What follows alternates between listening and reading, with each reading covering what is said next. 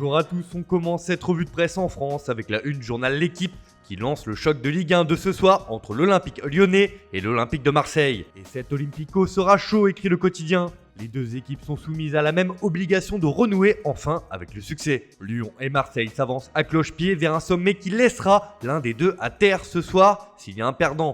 Malheur aux vaincus donc. Le Progrès estime également de son côté que cette rencontre sera bouillante car les deux équipes sont en quête de résultats. En revanche, la Provence demande du jeu et exhorte les Phocéens à jouer.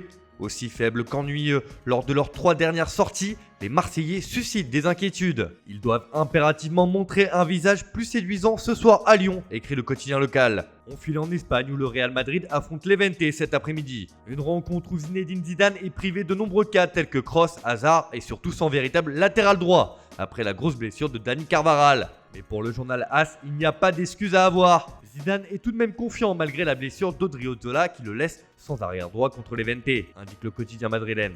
D'ailleurs, à quelques heures de la fin du mercato, le coach français a fait l'éloge d'Oussem Aouar et cela n'est pas passé inaperçu comme le souligne encore AS. C'est un grand joueur qui peut jouer au Real Madrid, a déclaré le champion du monde. Si les merengues sont attendus au tournant sur la pelouse de l'Levante, El País estime qu'il est temps pour Marco Asensio de prendre ses responsabilités.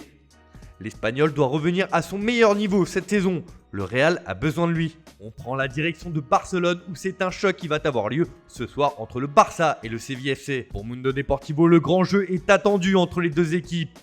Le Barça va mesurer son pouvoir face à une équipe de Séville cultivée et très intéressante dans le jeu. Ce sera d'ailleurs le grand retour d'Ivan Rakitic au Camp Nou. Une rencontre où Serginho Dest, la dernière recrue Blaugrana, pourrait faire ses grands débuts. De son côté, Sport estime que ce match est un test digne de la Ligue des Champions. Les hommes de Ronald Koeman ont un vrai coup à jouer, eux qui sont en pleine montée en puissance. Un test grandeur nature qui va situer le niveau du Barça face à un adversaire coriace.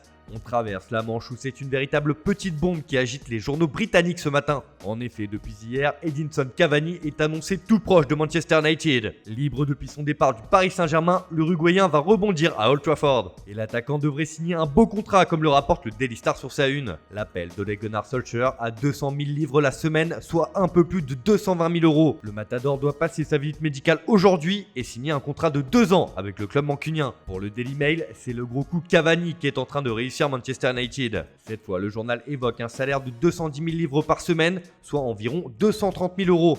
Et comme le hasard fait bien les choses, Cavani retrouvera le PSG en phase de poule de la Ligue des Champions cet automne. On termine ce tour de la presse en Italie où les cas de coronavirus Covid-19 se multiplient au sein de l'effectif du Napoli. Alors que l'équipe de Gennaro Gattuso devait jouer ce soir face à la Juve, l'autorité sanitaire a décidé de mettre les joueurs sous cloche afin d'éviter une propagation du virus et cela pourrait entraîner une défaite sur tapis vert pour le club du Vésuve. Un imbroglio qui fait la une du Quotidiano Sportivo qui estime que c'est le chaos qui l'emporte. Les Azzurri sont interdits de déplacement alors que la Juve a fait savoir qu'elle voulait jouer, quoi qu'il arrive. De son côté, la Gazzetta dello Sport estime que c'est une rixe entre la Juve et le Napoli.